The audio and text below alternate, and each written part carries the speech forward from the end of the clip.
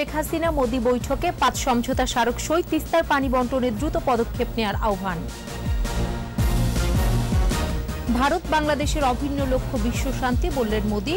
জাতির পিতার সমাধিতে শ্রদ্ধা। জামায়াত হেফাজতের তাণ্ডবের বিরুদ্ধে বিভিন্ন স্থানে বিক্ষোভ, সাম্প্রদায়িক অপশক্তি প্রতিহতের ঘোষণা। 3.5 মাসে করোনায় সর্বোচ্চ মৃত্যুর রেকর্ড, নতুন শনাক্ত 3,500-এর বেশি। মিয়ানমারের জান্তা বিরোধী বিক্ষোভে গুলি, 91 জন নিহত, বিশ্বজুড়ে নিন্দার ঝড়।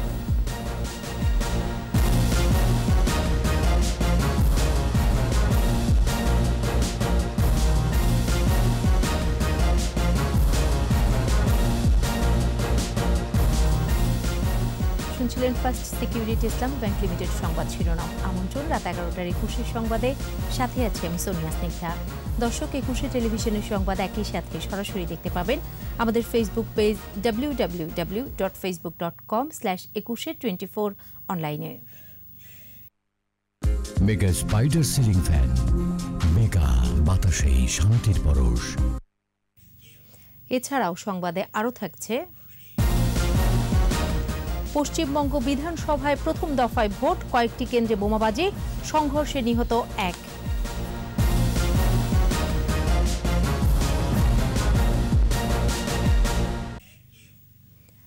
তিস্তার পানি সমাধান ও সীমান্তে হত্যা বন্ধে দ্রুত পদক্ষেপ নিতে ভারতের প্রধানমন্ত্রী নরেন্দ্র মোদীকে অবহিত করেছেন প্রধানমন্ত্রী শেখ হাসিনা। আর করোনা টিকা পাবার ক্ষেত্রে বাংলাদেশকে অগ্রাধিকার দেওয়ার আশ্বাস দিয়েছেন নরেন্দ্র মোদী। ভারতের প্রধানমন্ত্রীর সফর নিয়ে এক সংবাদ সম্মেলনে একথা বলেছেন দেশটির পররাষ্ট্র সচিব হর্ষবর্ধন শ্রীংলা ও বাংলাদেশের পররাষ্ট্রমন্ত্রী একে আব্দুল মোমেন। মোহাম্মদ নুরুন নবী ও তৌহিদুর রহমানের সহায়তায় বিস্তারিত জানাচ্ছেন আকবর হোসেন সুমন। জাতির পিতা বঙ্গবন্ধু শেখ মুজিবুর রহমানের জন্ম শতবার্ষিকী ও স্বাধীনতার সুবর্ণ জয়ন্তীর অনুষ্ঠানে যোগ দিতে দুদিনের সফরে বাংলাদেশে আসেন ভারতের প্রধানমন্ত্রী নরেন্দ্র মোদী। দ্বিতীয় দিনে প্রধানমন্ত্রীর কার্যালয়ে অনুষ্ঠিত হয় দ্বিপাক্ষিক বৈঠক। হাসিনা মোদীর শীর্ষ বৈঠকে বাণিজ্য বাধা দূর, তথ্য যোগাযোগ সহায়তা ও দুর্যোগ মোকাবেলা সহ 5টি সমঝোতা স্মারক সই হয়। এছাড়া ভার্চুয়াল মাধ্যমে উদ্বোধন করা হয় ঢাকা নিউ জলপাইগুড়ি মিতালি এক্সপ্রেস ট্রেন সহ 4 প্রকল্প। আনুষ্ঠানিকতা শেষে নরেন্দ্র মোদী বঙ্গভবনে সৌজন্য সাক্ষাৎ করেন রাষ্ট্রপতি মোহাম্মদ আব্দুল হামিদের সঙ্গে। মোদীর সফরের বিস্তারিত জানাতে সংবাদ সম্মেলনে কথা বলেন ভারতের পররাষ্ট্র সচিব হর্ষবর্ধন শ্রীংলা। জানান, দুই দেশের দ্বিপাক্ষিক বৈঠক ফলপ্রসূ হয়েছে।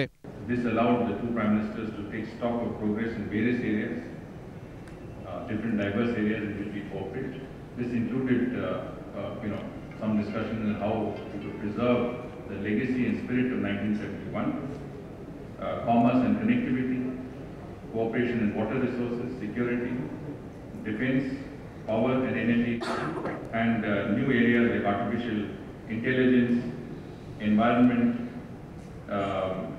societal applications of nuclear energy, etc.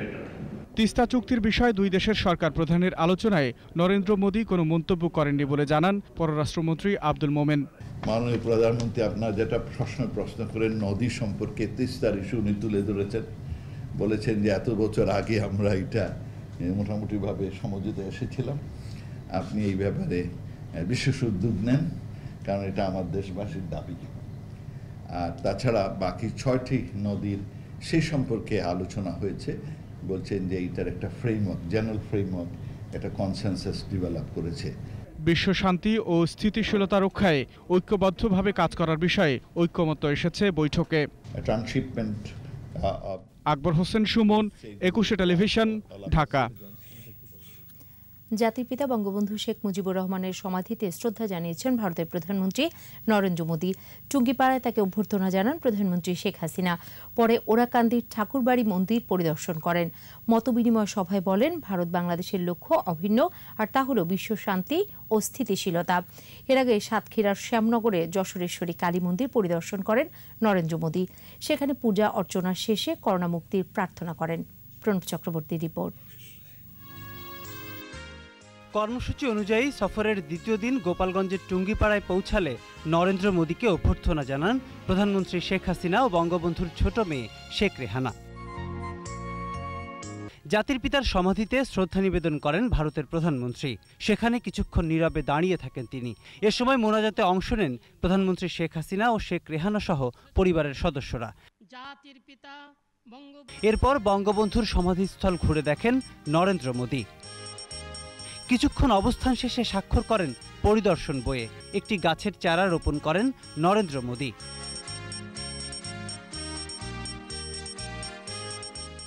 এরপর ওরাকান্দিতে ঠাকুরবাড়ি আসেন ভারতের প্রধানমন্ত্রী। পূজার আনুষ্ঠানিকতায় অংশ নেন তিনি। সুধী সমাবেশে তিনি বলেন, হরিচাঁদ ও গুরুচাঁদ ঠাকুরের ওরাকান্দি ভারত বাংলাদেশের आत्मिक সম্পর্কের पुण्यभूमि। ठाकुरबाड़ी के दर्शन लाभ के पीछे उनके आशीर्वाद का प्रभाव भी मानता हूं। भारत और बांग्लादेश के आत्मिक रिश्तों की तीर्थस्थली है। हमारा रिश्ता जन से जन का रिश्ता है, मन से मन का रिश्ता है। বঙ্গবন্ধুর নেতৃত্ব ও তার উপর বাঙালির আস্থা বিশ্বের সামনে দৃষ্টান্ত বলেই মনে করেন মোদী। ভারত বাংলাদেশের লক্ষ্য এক এবং অভিন্ন বলেও মন্তব্য করেন তিনি। भारत और बांग्लादेश दोनों ही देश अपने विकास को अपनी प्रगति से पूरे विश्व की प्रगति देखना चाहते हैं। दोनों ही देश दुनिया में अस्थिरता, आतंक और अशांति की जगह स्थिरता, प्रेम और शांति चाहते हैं। এর আগে সাতক্ষীরার শ্যামনগর যান ভারতের প্রধানমন্ত্রী নরেন্দ্র মোদী।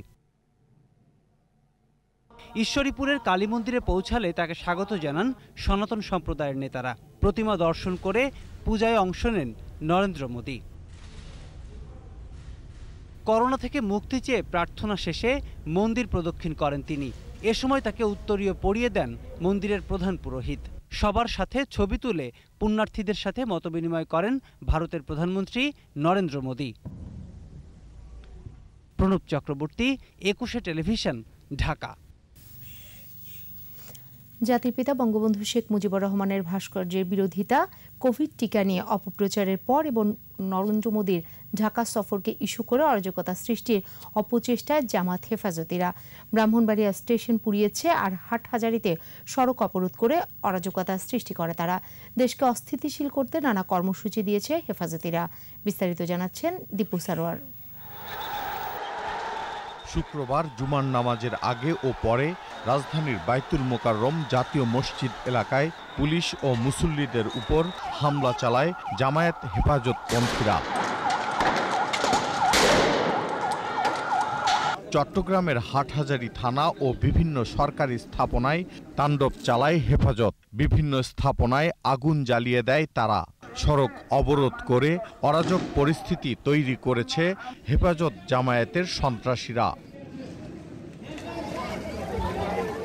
ব্রাহ্মণবাড়িয়ায় রেল স্টেশনে ভাঙচুর করেই থামেনি, আগুন ধরিয়ে স্টেশনটি জ্বালিয়ে দিয়েছে। থানা ভাঙচুরের পর মৎস্য ও সিভিল সার্জনের কার্যালয় আগুন ধরিয়ে দেয় হেফাজত জামায়াতের সন্ত্রাসীরা। জাতির পিতা বঙ্গবন্ধু শেখ মুজিবুর রহমানের ভাস্কর্য বিরোধিতা ও ভাঙচুর, পশ্চিমা বিশ্বের পণ্য বয়কট, কোভিড টিকা নিয়ে অপপ্রচারের ধারাবাহিকতায় এবার ভারতের প্রধানমন্ত্রী নরেন্দ্র মোদীর ঢাকা সফরের বিরোধিতায় নেমে পরিস্থিতি অস্থিতিশীল করার চেষ্টায় জামায়াত হেফাজতপন্থীরা। আইন শৃঙ্খলা রক্ষাকারী বাহিনী মনে করছে দেশি বিদেশি অপশক্তির সহায়তায় এমন অরাজক পরিস্থিতি সৃষ্টি করতে তৎপর তারা। দীপু সারোয়ার, 21 টেলিভিশন, ঢাকা। এদিকে জামায়াত হেফাজতের তাণ্ডবের বিরুদ্ধে রাজধানীর বিভিন্ন স্থানে বিক্ষোভ সমাবেশ হয়েছে। সমাবেশ থেকে তাণ্ডবকারীদের বিরুদ্ধে দ্রুত ব্যবস্থা নেওয়ার দাবি ওঠে। সেই সাথে মৌলবাদী সাম্প্রদায়িক অপশক্তিকে যে কোনো মূল্যে প্রতিহত করার ঘোষণা দেন বক্তারা। দীপু সারোয়ারের আরেকটি রিপোর্ট। ভারতের প্রধানমন্ত্রী নরেন্দ্র মোদীর ঢাকা সফরের বিরোধিতার নামে ঢাকা, চট্টগ্রাম ও ব্রাহ্মণবাড়িয়ায় তাণ্ডব চালিয়েছে হেফাজত জামায়াতের সন্ত্রাসীরা।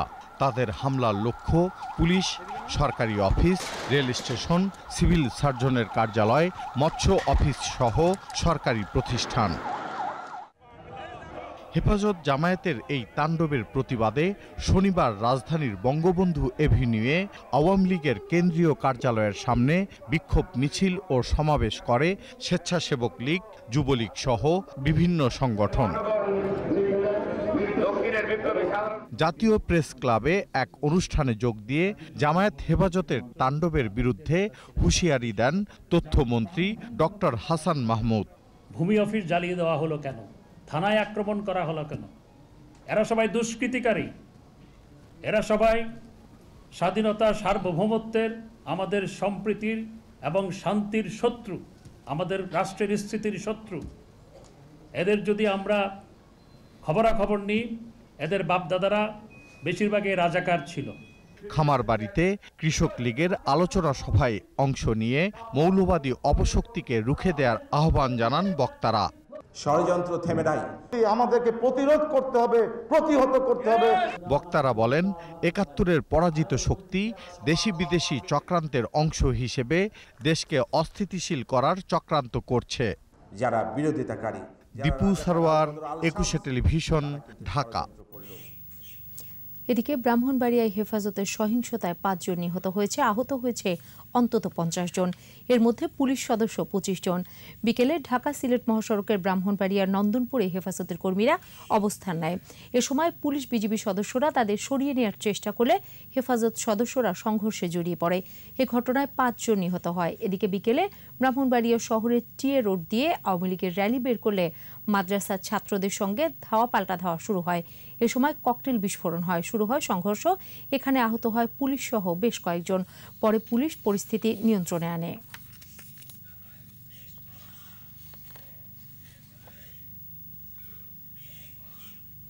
করোনা পরিস্থিতির খবর। গত ৩.৫ মাসে করোনায় সর্বোচ্চ মৃত্যুর রেকর্ড হয়েছে। ২৪ ঘন্টায় মারা গেছেন ৩৯ জন। এ নিয়ে মোট মৃত্যু হয়েছে ৮,৮৬৯ জনের। স্বাস্থ্য অধিদপ্তরের সংবাদ বিজ্ঞপ্তিতে জানানো হয়, নতুন করে শনাক্ত ৩,৬৭৪ জন। সব মিলিয়ে আক্রান্তের সংখ্যা দাঁড়িয়েছে ৫,৯১,৮০৬ জনে। গত ২৪ ঘন্টায় সুস্থ হয়েছেন ১,৯৭১ জন। মোট সুস্থ ৫,৩৩,৯২২ জন। ২২৪টি ল্যাবে নমুনা পরীক্ষা হয়েছে ২৪,৬৬৪ জনের। ২৪ ঘন্টা শনাক্তের হার ১৪.৯০%। এ পর্যন্ত নমুনা পরীক্ষা বিবেচনায় শনাক্তের হার ১২.৯৬% এবং শনাক্ত বিবেচনায় সুস্থতার হার ৯০.২২ এবং শনাক্ত বিবেচনায় মৃত্যুর হার ১.৫০%।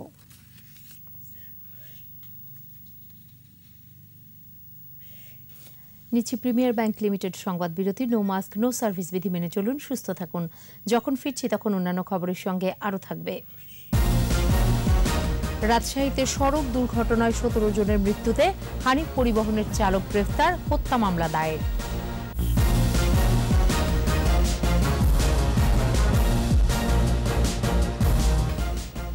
আবারও আমন্ত্রণ রাত ১১টার ২১ সংবাদে। জলবায়ু সংকট নিয়ে আলোচনার জন্য বাংলাদেশের প্রধানমন্ত্রী শেখ হাসিনা সহ ৪০ বিশ্ব নেতাকে আমন্ত্রণ জানিয়েছেন মার্কিন president Joe Biden. White House জানায়, প্যারিস চুক্তিতে যুক্তরাষ্ট্রে ফিরে আসা উপলক্ষে ২২ ও ২৩ এপ্রিল ২ দিনের ভার্চুয়াল সম্মেলন আয়োজন করা হচ্ছে। আমন্ত্রিতদের মধ্যে বাংলাদেশের প্রধানমন্ত্রী ছাড়াও এশিয়ার ভারত, ভুটান, সিঙ্গাপুর, ইন্দোনেশিয়া ও জাপানের রাষ্ট্রপ্রধানেরা রয়েছেন। এ সম্মেলনে রুশ প্রেসিডেন্ট ভ্লাদিমির পুতিন ও চীনের প্রেসিডেন্ট শি জিনপিংকেও আমন্ত্রণ জানিয়েছেন বাইডেন।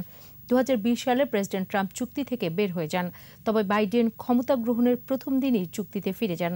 সম্মেলনে যুক্তরাষ্ট্রে ২০৩০ সালের মধ্যে কার্বন নিঃসরণ কমিয়ে আনার লক্ষ্য ঘোষণা করবে।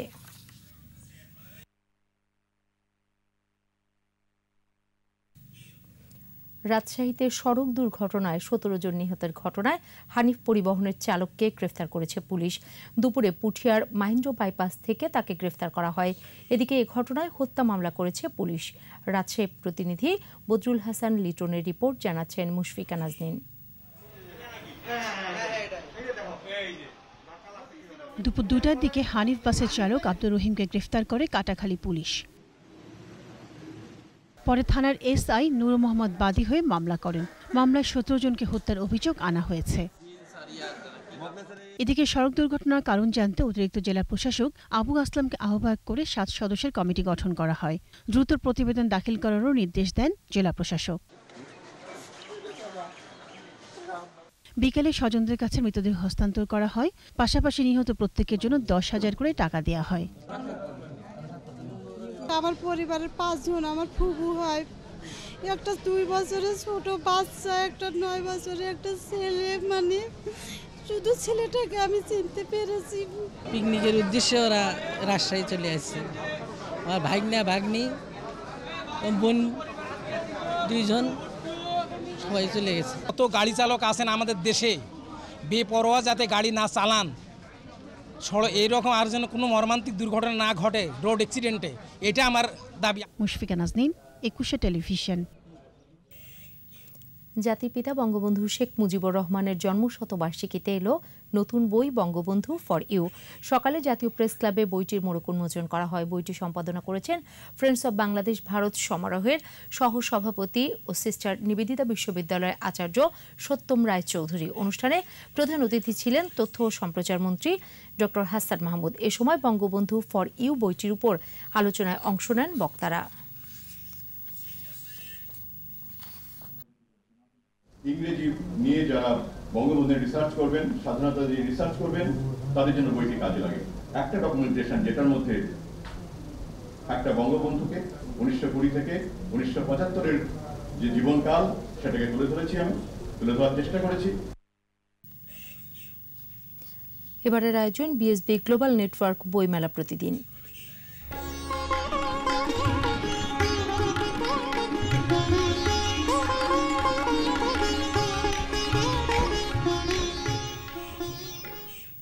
শনিবার সরকারি ছুটির দিন হলেও অমর একুশে গ্রন্থমেলায় বইপ্রেমীদের সমাগম ছিল কমেছে বেচা বিক্রিও। এদিকে মেলার পূর্ব দিকের স্টল মালিকরা অভিযোগ করছেন স্টল বিন্যাস নিয়ে।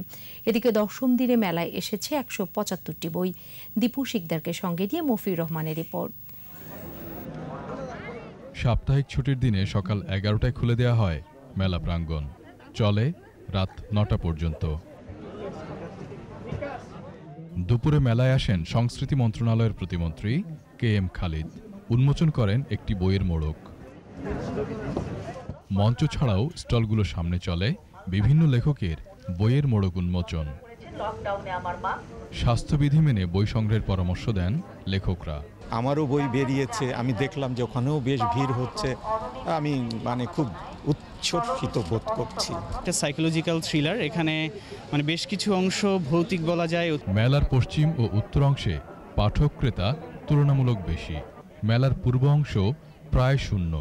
এই জন্য স্টল বিন্যাসকে দায়ী করলেন প্রকাশকরা। প্যাভিলিয়নটা প্রতি বছর যেটা করতো সেটা হচ্ছে প্রত্যেকটা সিঙ্গেল স্টলের পাশাপাশি প্যাভিলিয়নগুলো দিত। পাশে এবারকার যে স্টলগুলো বিন্যাস হয়েছে, আসন বিন্যাসেও অনেক সমস্যা ছিল। এই দিকে যে একটা গেট করেছে অনেকেই জানে না। বই মনের খোরাক, জ্ঞানের ভান্ডার, জানান ক্রেতারা। মেলায় অলওয়েজ আমার আসতে ভালো লাগে, বিশেষ করে বই মেলা, সেটা তো আরো বেশি ভালো লাগে। বঙ্গবন্ধুর ওই যে কারাগার রোজ নামছে একটা বই কিনছি, আমার দেখা নয়া চিন, এটাও আমি কিনছি।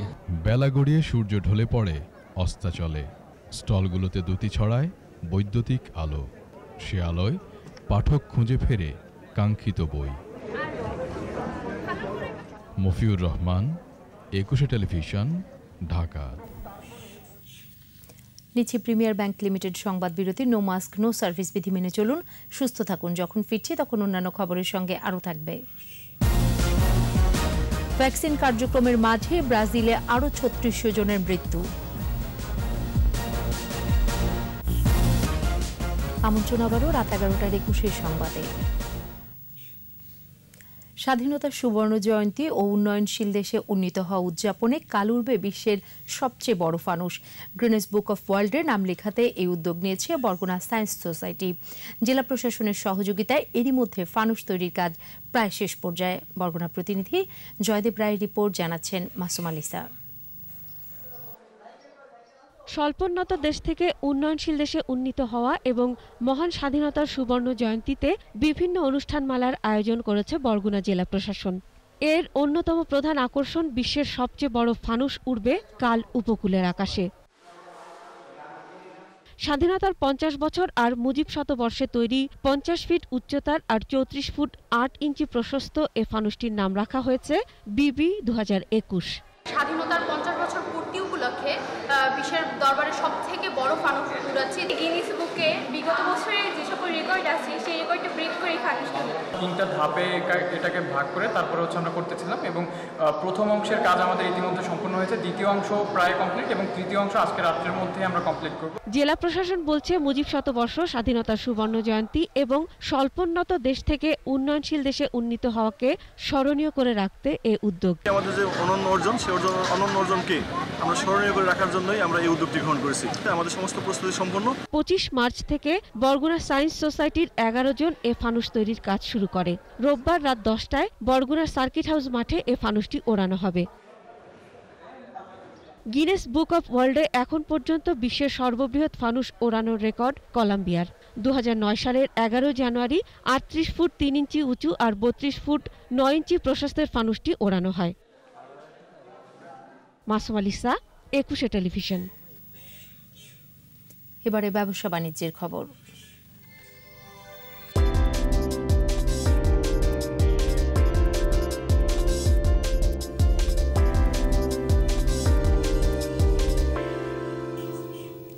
ইসলামী ব্যাংক বাংলাদেশ লিমিটেডের উদ্যোগে স্বাধীনতার সুবর্ণ জয়ন্তী ও জাতীয় দিবস উপলক্ষে আলোচনা সভা ও দোয়া অনুষ্ঠিত হয়েছে।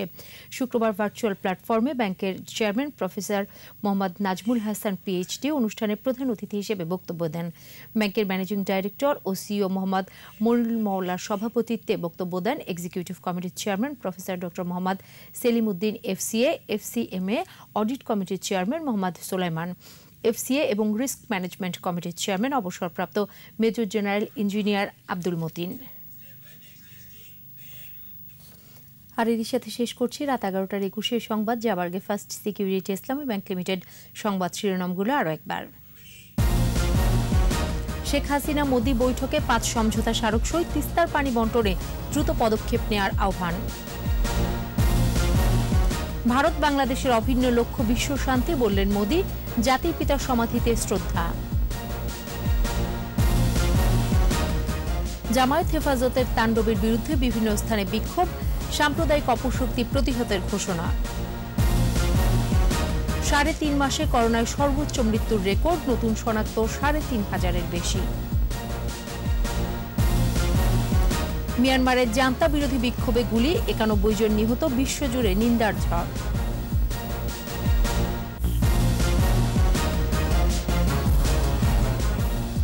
সর্বশেষ খবর জানতে ডায়াল করুন 2021 নম্বরে আর ভিজিট করুন 21-tv.com ওয়েবসাইটে।